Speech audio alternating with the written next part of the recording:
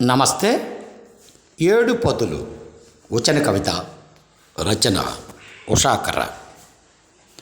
ఏడు కొండలెక్కి వెంకన్న గుడికి వెళ్ళినట్లు ఏడు పదుల వయసు దాటింది. ఇడుములు ఇక్కట్లు ప్రక్కవాద్యాలు, సుడులు తిరిగిన కడలి వేదికపై బతుకు నాట్యం.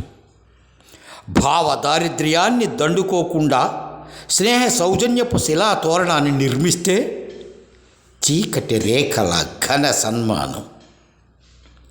పండగ పూట పుస్తుల బిరుదు ప్రధానం. శ్వాస అలసిపోలేదు, ఊసు సొలసిపోలేదు. బాధ్యతల బరువు మోసి జుట్టు రాలిన నెత్తి గొడ్డగూడు కట్టుకొంది. ఆద్యంతం సంసారాన్ని లాగి సాగిపోయిన కండర చర్మం మడతల ముగ్గేసుకుంది.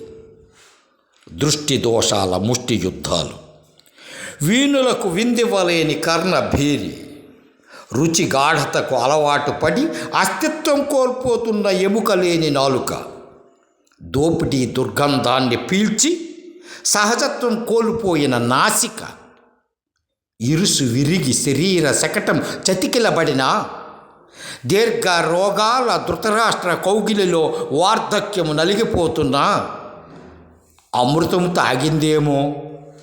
ఊహల ఉషోదయం మనోయవనికపై ప్రకాశిస్తూనే ఉంది. ధన్యవాదాలు.